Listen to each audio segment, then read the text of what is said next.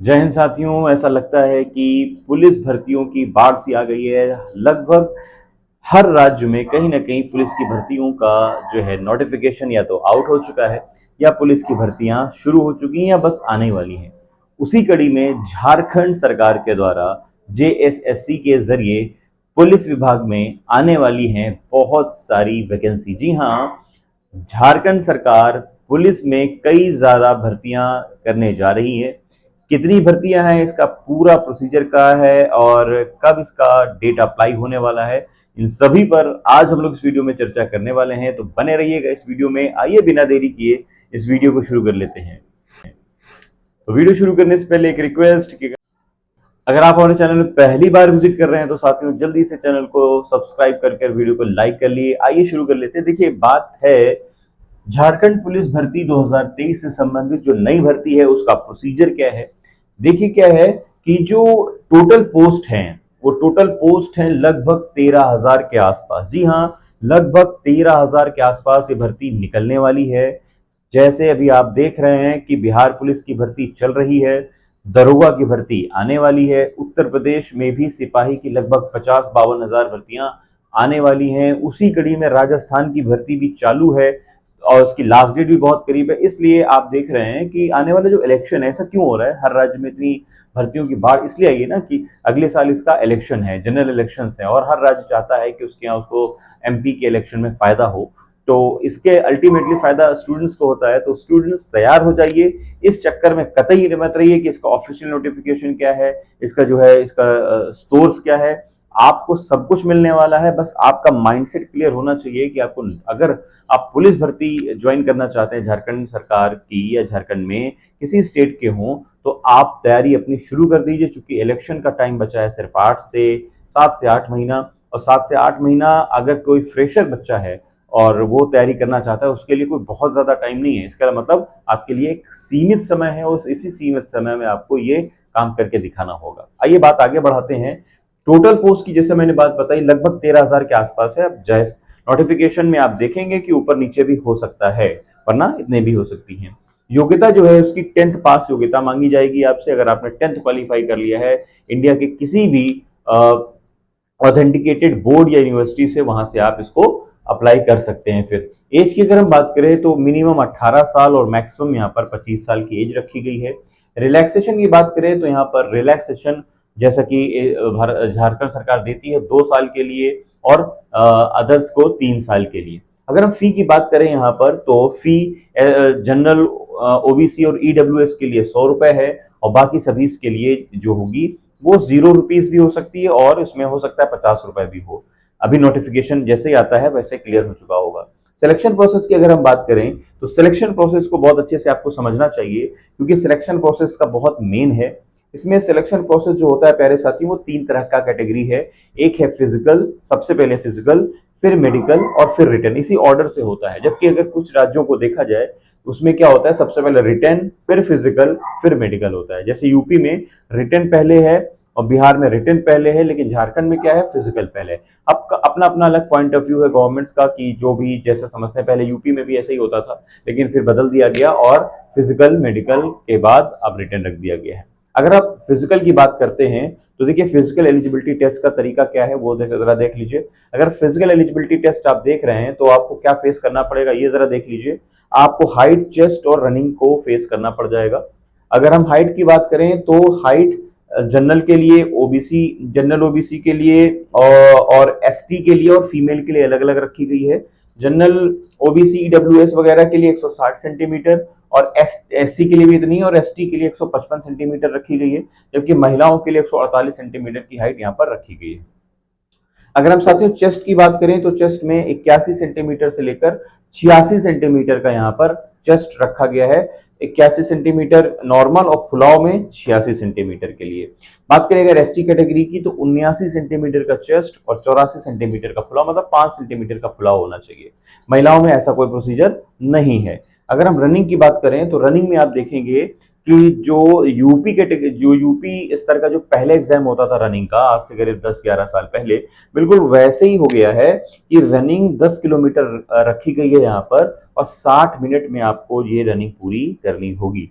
और उसी जगह महिलाओं की बात करें तो 5 किलोमीटर की रनिंग उनको पूरी करनी है, वो भी सिर्फ और सिर्फ 40 मिनट में। 40 मिनट आपके जो है अच्छे खासे होते हैं, आप उसको बहुत आसानी से साथियों कवर कर सकते हैं। ठीक है, तो उम्मीद है ये आपको फिजिकल एलिजिबिलिटी टेस्ट का प्रोसीजर समझ में आ गया होगा। अब हम आगे बढ़ेंगे और अब जानेंगे एग्जाम पैटर्न के बारे में, जो कि सेकंड प्रोसीजर होता है आपको झारखंड पुलिस में भर्ती होने के लिए। अगर आपने फिजिकल क्वालिफाई कर रखा है तो इससे एक फायदा ये होगा फिजिकल कराने से कि अगर आप वाकई में पुलिस भर्ती ज्वाइन करना चाहते हैं तो आपको अपनी बॉडी का जो है अच्छा सा केयर करना होगा, क्योंकि जो दौड़ पाता है, जो चेस्ट जिसका ठीक है और जो अपना जो है थोड़ा मेंटेन करके रखता है, जिसका हाइट वगैरह ठीक है, वही आगे बढ़ेगा, अदरवाइज वहीं से सारे बाहर हो जाएंगे। ठीक है, क्योंकि पढ़ तो बहुत ज्यादा लोग ले लेते हैं, लेकिन उनका नेचुरल हाइट जो है वो कहाँ से बढ़ेगा ना। तो अगर जिसका नेचुरल हाइट 160 के नीचे, वो ऐसे ही बाहर हो जाएगा। ठीक है, तो जो रनिंग नहीं कर पाएगा वो बाहर हो जाएगा। 10 किलोमीटर थोड़ा नहीं होता, बहुत ज्यादा होता है ना। तो इसलिए आपका ये भी तरीका अच्छा है कि पहले जो है फिजिकल करा लिया जाए। अब देखिए, अब बात करेंगे हम एग्जाम पैटर्न की। जब हम एग्जाम पैटर्न की बात करते हैं तो यहाँ पर आपको फेस करने होते हैं 3 एग्जाम्स, पेपर 1, पेपर 2 और पेपर 3। पेपर 1 जो कि क्वालिफाइंग नेचर का होता है, इसमें आपको सिर्फ और सिर्फ क्या करना है, पासिंग मार्क्स 33% लाने होते हैं। इसमें बहुत ज्यादा नंबर आपको लेने नहीं है, क्योंकि इसका नंबर जुड़ता नहीं। हाँ, अपनी नॉलेज के लिए, अपनी अपनी काबिलियत के लिए आप इसको टॉप भी कर जाएं, वो अलग विषय है, लेकिन इसमें 33% मतलब आप पेपर 2 के लिए क्वालिफाई हो चुके हैं। क्या है पेपर 1 में, क्या क्या पूछा जाता है, आइए आगे चर्चा करते हैं। देखिए, अगर हम बात करें पेपर 1 की प्यारे साथियों, तो क्वालिफाइंग नेचर का, जैसे कि मैंने अभी आपको बताया, और इसमें जो क्वेश्चंस पूछे जाते हैं वो हिंदी लैंग्वेज, इंग्लिश लैंग्वेज के क्वेश्चंस पूछे जाते हैं। अगर हिंदी के क्वेश्चंस की हम बात करें प्यारे साथियों, तो 80 क्वेश्चन यहाँ पर पूछे जाते हैं, और 3 नंबरों का एक क्वेश्चन होता है। 240 नंबर यहाँ पर टोटल हो चुके होते हैं। अगर हम बात करें इंग्लिश के क्वेश्चंस की, तो इंग्लिश के जो क्वेश्चंस हैं वो 40 क्वेश्चन पूछे जाएंगे आपसे, 3 नंबरों का एक क्वेश्चन होगा, और यहाँ पर टोटल नंबर मिलेंगे आपको 120। एक नंबर, एक क्वेश्चन 3 नंबरों का, तो टोटल कितना हो गया, 120 क्वेश्चन यहाँ पर हो जाते हैं। अब बात करें इतना करने के लिए आपको टाइम कितना मिलने वाला है। टाइम आपको मिलने वाला है 2 घंटे, 2 आवर्स। कितने, 2 घंटे। क्या नेगेटिव मार्किंग है यहाँ पर, बिल्कुल नेगेटिव मार्किंग है। 1/3 की यहाँ पर आपको नेगेटिव मार्किंग देखनी पड़ेगी। ये नेगेटिव मार्किंग क्या होती है, अगर कोई पहली दफा देख रहा है और समझता नहीं है तो समझ ले कि अगर आपने 3 क्वेश्चन गलत किए तो आपका 1 नंबर सही वाले से काट दिया जाएगा। मतलब ये है कि जैसे मान लीजिए आपने 10 क्वेश्चन किए हैं, उसमें से 3 क्वेश्चन आपके गलत, 10 क्वेश्चन किए और एक एक नंबर के सारे थे, कुछ ऐसा समझने के लिए समझ लीजिए, तो 3 गलत हो गए आपके, तो 3 जो गलत हुए हैं वो तो गलत हो ही गए, और जो 3 का बनता है नंबर काटने का, वो आपके 7 सही नंबर से काटे जाएंगे। समझ गए ना, इसको कहते हैं नेगेटिव मार्किंग। वो भी कितनी है, 1/3 नेगेटिव मार्किंग है। अब अगर आप ये क्वालिफाई कर जाते हैं, तब आपको फेस करना होगा प्यारे साथियों पेपर 2। अच्छा, पेपर 2 क्या है, पेपर 2 क्या है कि जो लोकल, जो संविधान में 12 भाषाएं हैं, उस भाषाओं में किसी एक को आपको चुनना होगा, जिसका फेस आपको करना होगा। ठीक है, मान लीजिए आपका हिंदी चुन लिया, इंग्लिश चुन लिया, कोंकणी चुन लिया, है ना, जो है तेलुगु चुन लिया, या कोई चुन लिया, राजस्थानी चुन लिया, उस भाषा से आपसे कितने क्वेश्चन पूछे जाने वाले हैं, 100 क्वेश्चन आपसे यहाँ पर पूछे जाने वाले हैं। 3 घंटा आपको मिलने वाला है, तो 3 मतलब एक क्वेश्चन 3 नंबरों का होगा, इससे आपको नंबर मिलने वाले हैं 300। कितने हो गए, 300। इसके लिए भी आपको 2 घंटे का समय मिलेगा, और 1/3 नेगेटिव मार्किंग भी यहाँ पर होगी। कितनी, 1/3 नेगेटिव मार्किंग होगी। ठीक है, 1/3 नेगेटिव मार्किंग यहाँ पर देख पा रहे हैं, ऊपर भी थी, पेपर 1 में भी थी और पेपर 2 में भी थी। अभी हम अगर आगे बात करें इसमें पेपर 3 के बारे में, पहले साथियों हम बात करने वाले हैं पेपर 3 के बारे में। पेपर 3 के बाद हम बात करने वाले हैं इसमें अप्लाई डेट की। अप्लाई डेट जरूर सुनिए, क्योंकि अप्लाई डेट इसकी अभी मैंने बताई नहीं है। क्या अप्लाई डेट होगी, कब से इसके फॉर्म शुरू हो रहे हैं, वीडियो के एंड में मैं आपको बताने वाला हूं, पूरा जरूर देखिएगा वीडियो। देखिए, अगर आप पेपर 3 की बात करें तो पेपर 3 क्या है, पेपर 3 में कई तरह के जो नॉर्मल कंडीशंस होती है ना, ज्यादातर किसी भी स्टेट के वैकेंसीज में वही सारे क्वेश्चन यहाँ पर पूछे जाने वाले हैं। 120 क्वेश्चन होंगे और 2 घंटे का समय मिलेगा और 1/3 नेगेटिव मार्किंग होगी। ये 120 क्वेश्चन डिवाइडेड होंगे अलग अलग सेगमेंट्स में। पुराने पेपर का पैटर्न मैं लगभग बता रहा हूँ, जिसमें से GK, Jharkhand GK, math, science, other, इन सभी से क्वेश्चन पूछे जाते हैं। टोटल मिलाकर 120 लगभग हो जाते हैं। ठीक है, तो यहाँ से आपके क्वेश्चन पूछे जाते हैं।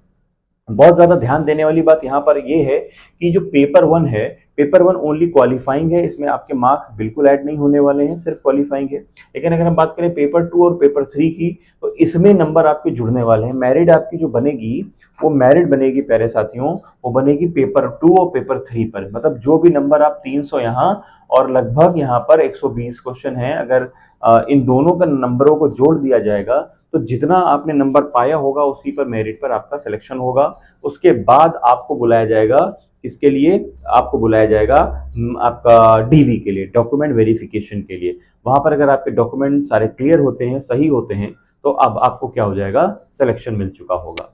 अब सबसे इंपॉर्टेंट चीज अब आप पूछेंगे कि इसकी अप्लाई डेट कब है और इसको कब से अप्लाई करना शुरू करें।